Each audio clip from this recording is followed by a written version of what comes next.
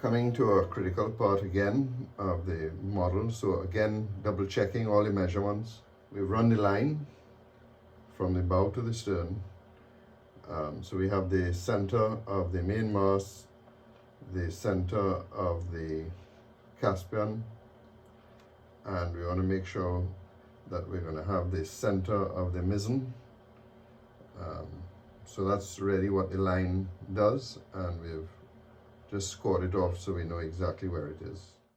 Now we're making up the mizzen mast partner. It is 33 inches wide and 48 inches long. The two cowlings fit under it, recessed, and that angle that you see there is 45 degrees.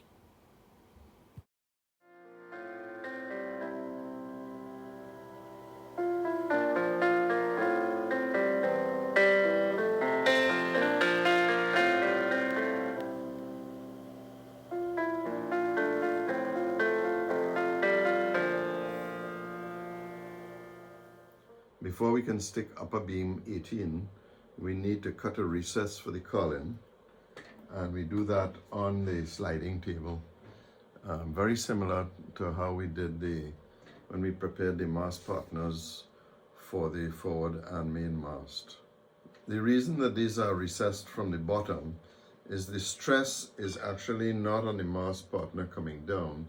The stress would be side to side and forward to back, because the mast is actually just sitting right down on the keelson.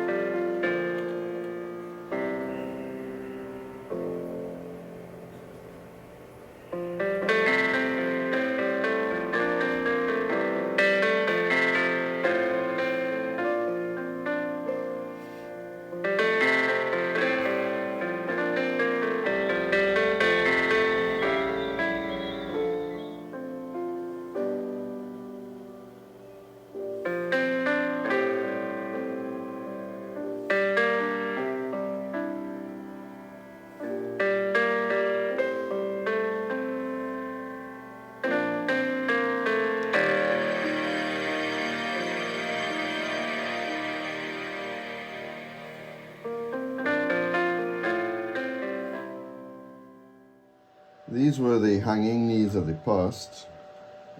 You can see the foot of it relatively straight with a slight curve. But as we start going to the stern, we see that the curve has become quite exaggerated because it's following the shape of the back here. We have 4 left, so we thought the really easiest thing is to do all 4. So we have done these 2. And so when we put beam 18 on, we'll shape the final 2 pieces.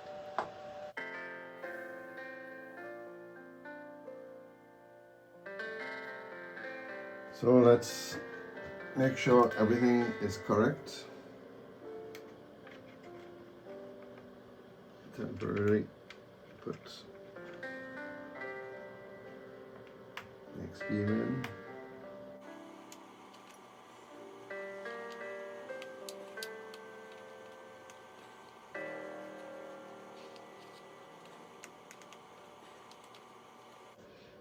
And well,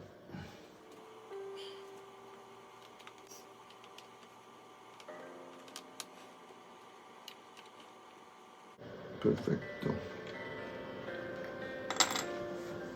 And there we have it.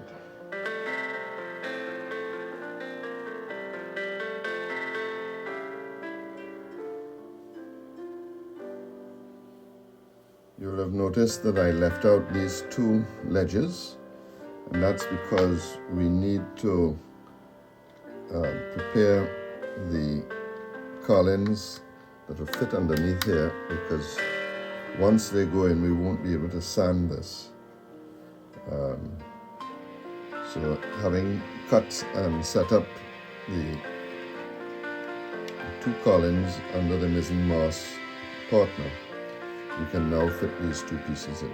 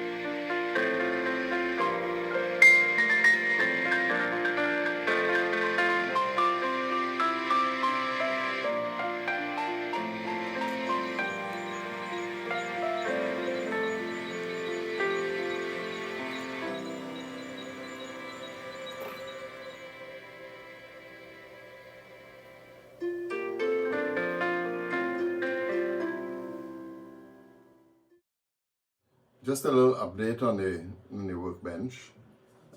It's really fantastic. I can work all around the workbench. I can move it around. I can come on this side. Because it's on wheels, it really is fantastic. In fact, everything is on wheels these days. My gym bands is back on wheels, so again I can shift it around anywhere I want. Some of the smaller saws, like the Preac, I shift it as I need it. And then the Cameron drill press, again, also all on wheels. It's really made the workshop so much more user friendly. The spiral sander, again, on wheels, and everything I need for the spiral sander is part of it. The bigger drill press has always been on wheels, and this was my first movable tool cabinet, for want of a better word. And, but most of the time, I have to say, it stays here. A keyless chuck was added earlier this year. And the only fella that hasn't got a table of its own yet is this little Preac chop saw. The Shoreline mill permanently stays here. And the lathe, I will take the lathe and sometimes take the gym bands off and put the lathe here, because normally I'm sitting down when I'm working on it.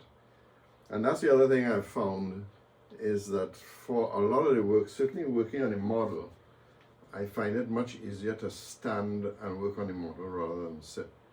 So you tend to find these tabletops are getting higher and higher. And the last little fella that's on wheels is the compressor. I used to move it around quite a bit, but the truth is these days it really stays here, and I bring everything to here. The glass table is my soldering table.